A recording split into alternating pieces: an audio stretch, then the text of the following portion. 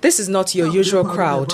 It's 3,000 people getting married in Nigeria's northwest Kano State, and they haven't spent a dime.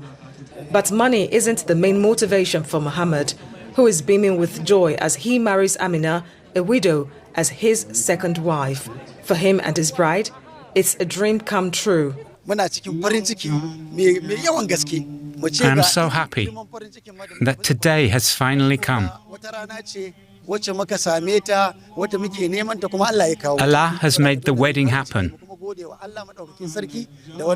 I can't describe how glad I am right now. I love my bride, and she loves me too. She's a good person and a godly woman. I thank Allah for showing me this day to marry the one I love. He's compassionate and a trustworthy person. I hope that God will also grant me the ability to obey Him and show Him abundant love and care.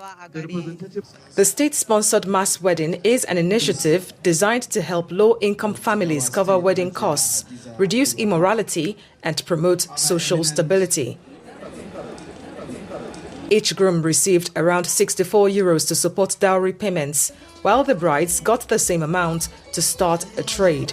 Since 2012, more than 7,000 couples have benefited from the marriage support program.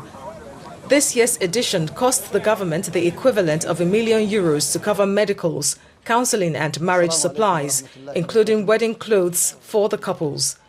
Although there are worries that some joined the wedding for the incentive, Mohammed says he is genuine. I already had plans to marry a second wife, so if this mass wedding opportunity hadn't have occurred, I would still have done it. But it wouldn't have been now because I would have still needed time to prepare and save the necessary money. While many commend the government for the initiative, some have questioned the spending, saying the people should be empowered instead. But that hasn't dampened the celebratory mood of the wedding. The two-day event kicked off on Friday inside the state's mosque, with only the grooms and other male worshippers allowed. I am standing outside because as a woman I am not allowed in. Not even the brides can be present. That's part of the culture here in Kano that practices Sharia law. The next day, it was all shades of color as the new couples filed out for their wedding reception hosted by the governor. With the presidential election campaign kicking off in a week, the event has clear political overtones. The caps worn by the grooms display the logo of President Bola Tinubu, who is seeking a re-election. But for many of the newlyweds, this is an unforgettable moment.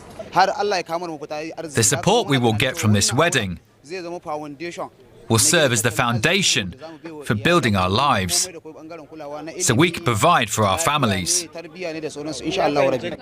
Thank you to the governor for organizing the wedding for us. May he richly be blessed for doing this.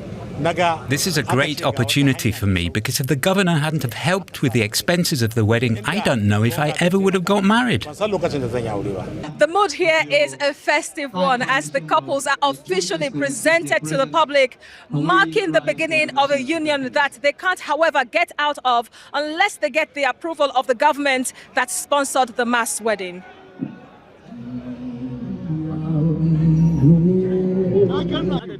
Watching over matters is the Kano State Hisbah Board, a religious police force charged with enforcing the observance of Sharia law. We at the Hisbah board won't accept any calls for divorce. They must stay married and take responsibility for their union so that it will work. If there's a problem, they must come to us for mediation and reconciliation. The highlight of the mass wedding was the distribution of furniture, mattresses and food items to the couples for them to start off their marital journey. God made our wedding wish come true, and I thank the governor for sponsoring it. I hope that only death will separate us. For Mohammed, his hope is that both his old and new marriages will last forever.